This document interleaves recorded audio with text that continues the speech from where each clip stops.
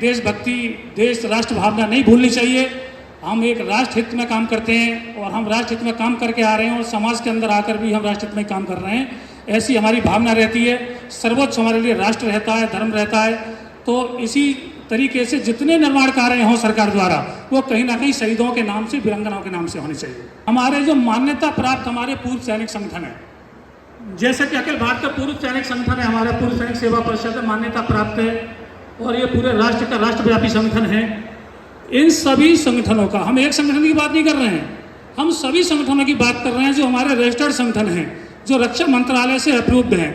जिले स्तर पर सरकार की तरफ से, चाहे सोल्जर बोर्ड में हो या अन्य कहीं वो व्यवस्था करें, एक कार्यालय रजिस्टर्ड होना चाहिए जिससे कि समस्त पूर्व सैनिकों को पता हो कि हमारा एक लीगल कार्यालय यहाँ है, वो अपनी समस्याएं लेकर उस कार्यालय में आ सकें। कार्यालय हमारे हैं, बुलंदशहर के अंदर बहुत अच्छा कार्यालय हमारा संचालित हो रहा है। आप कभी कार्यालय में जाकर देखें तो आप स्वयं को गौरवान्वित महसूस करेंगे। एक उदाहरण के रूप में आप बुलंदशहर को ले सकते हैं। हमारा कार्यालय कचहरी के पास खुला हुआ है कि जो प्रशासनिक और राजस्व स्तर पर, क्योंकि प्रशासन अधिकतर हम पूर्व सैनिकों की समस्याएं क्या होती हैं, या तो प्रशासनिक समस्याएं होती हैं, पुलिस से संबंधित होती हैं, या राजस्व से संबंधित होती हैं, या तो हमारी समस्या पुलिस स्तर पर लंबित होती हैं जो हमारे फेवर में नहीं होती क्योंकि उनका दृष्टिकोण हमारे प्रति सही नहीं होता, या हमारी समस्याएं होती हैं तहसील स्तर पर, हमारी जमीन का कोई बंटवारा हो, जमीन अधिग्रहण का कोई मामला हो, हम काफ़ी दिन अपनी समाज से दूर रहते हैं।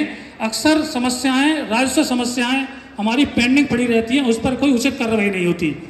तो हमने इस बिंदु को रखा है, राज्य स्तर पर रखा है हमने, और बड़े ताकत के साथ रखा है कि हमारा कोई ना कोई प्रतिनिधि, पूर्व सैनिक संगठन का कोई प्रतिनिधि शासन स्तर पर भी, प्रशासन स्तर पर भी और राजस्व स्तर पर भी नियुक्त होना चाहिए। तहसील में हमारा एक प्रतिनिधि हो, उसकी एक छोटी सी ऑफिस हो, जिससे कि हमारे पूर्व सैनिकों की अगर कोई समस्याएं आती हैं तो उसको ठीक से वो डील कर सके, पता हो उसको कि हमारे पूर्व सैनिकों की जायज़ समस्याएं थी, इस पर कोई उचित कार्रवाई नहीं हुई, वो अपने संज्ञान में लेकर उचित कार्रवाई करा सके। इसी तरीके से थाने में भी हमारा कोई प्रतिनिधि होना चाहिए, उनके संज्ञान में होना चाहिए कि तहसील स्तर से पूर्व सैनिक का एक प्रतिनिधि है।